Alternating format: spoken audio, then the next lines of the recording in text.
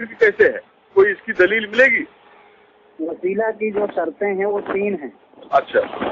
आदमी मौजूद हो, हाँ आपके सामने, हाँ जिंदा हो, हाँ। कुदरत रखता हो। अच्छा।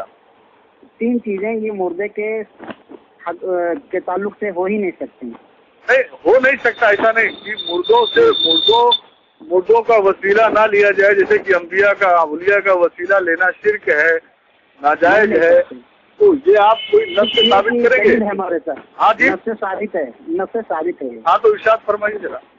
नबी करीम सल्लल्लाहु अलैहि वसल्लम जब तक जिंदा थे, बाहयात थे, हाँ जब तक सहाबे कराम कोई भी दुआ कराना होता था, बारिश की कहे साले की, तो आपके पास आते थे जी लेकिन जब आप सल्लल्लाहु अलैहि वसल्लम का इस दुनिया से रुखसती हो गया जी तो सहाबे कराम किसके पास आए? हज़रत अब्बास रज़ियल्लाहु ताला अन्हु के पास आए। जी अगर ये चीज दुरुस्त होता जी। और हम मुसलमानों का इस बात पे अकीदा है, अबू बकर सिद्दीक रज़ियल्लाहु ताला अन्हु शेख नहीं शेख ये गलत हो जाएगा। आप जो आप दलील पेश कर रहे हैं शेख, ये नस नहीं है, नस से कतई इसको नहीं कहते हैं। नस से कतई सुबूत हुआ दलाला उसे कहते हैं कि शिर्क और कुफ्र का फतवा देने से पहले सराहतन साबित हो कि मुर्दों का वसीला लेना नाजायज है, जैसे कि अंबिया औलियों का वसीला लेना नाजायज, शिर्क व हराम है। नहीं, आप ही दलील दे दीजिए। हम नहीं शेख, मैं क्यों दलील दूं? आपने कहा शिर्क है, वसीला लेना शिर्क है, आपने कहा है, तो दलील आप देंगे कि मैं दूंगा? जैसे मैं दलील पेश कर रहा हूँ, लेकिन आप दलील को नहीं मान रहे हैं, कह रहे हैं दलील साबित नहीं हो सकती है, तो आप ही दे दीजिए ना।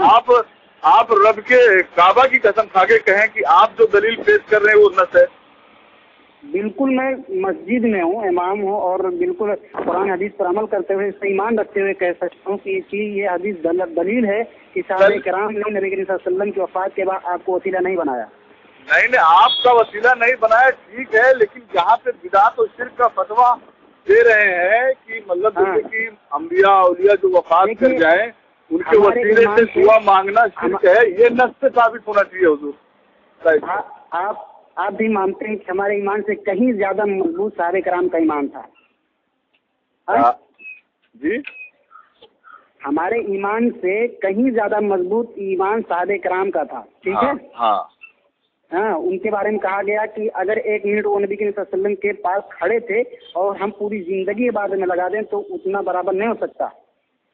देखो शेख, मैं क्या कह रहा हूँ, इस बात को मानते हैं? पहले मेरी बात सुनिए। और कुफ्र का फतवा जब ही लगता है जब आदमी के पास सराहतन दलील हो।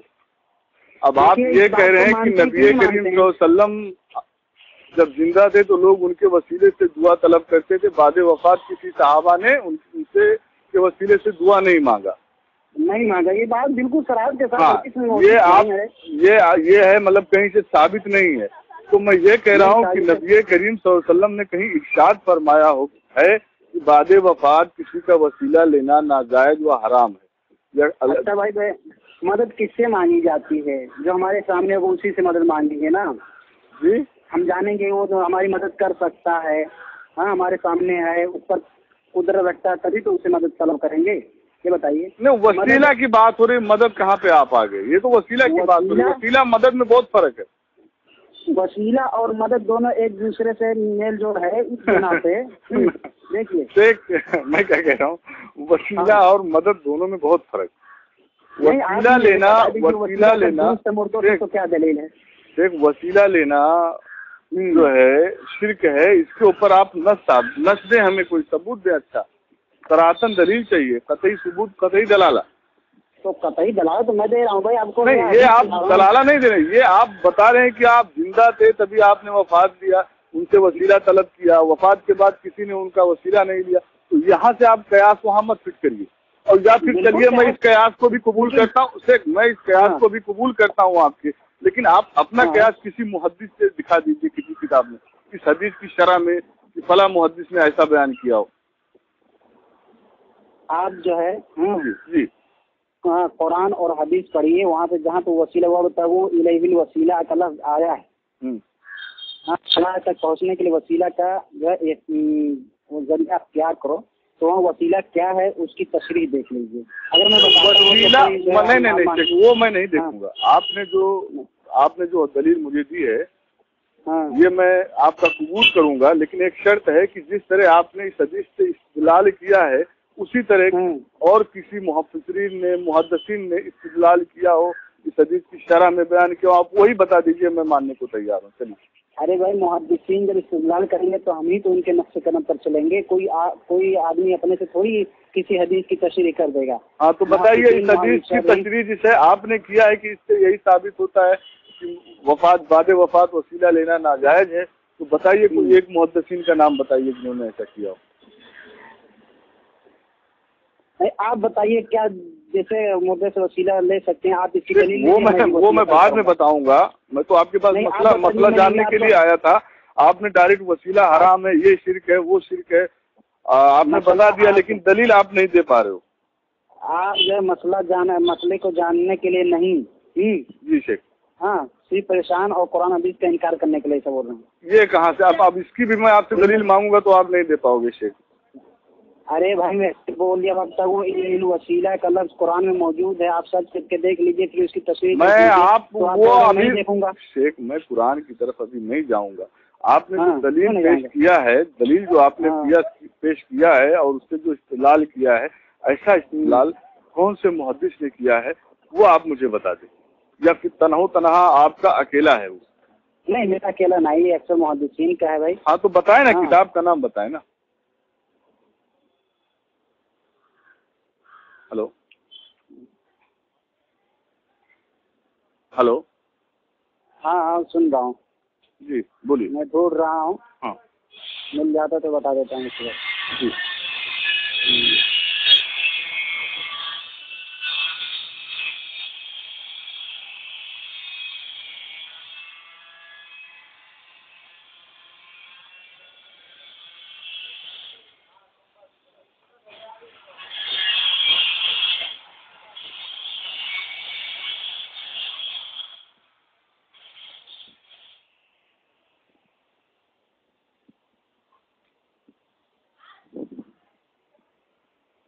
زیادہ وقت لگے گا شیخ.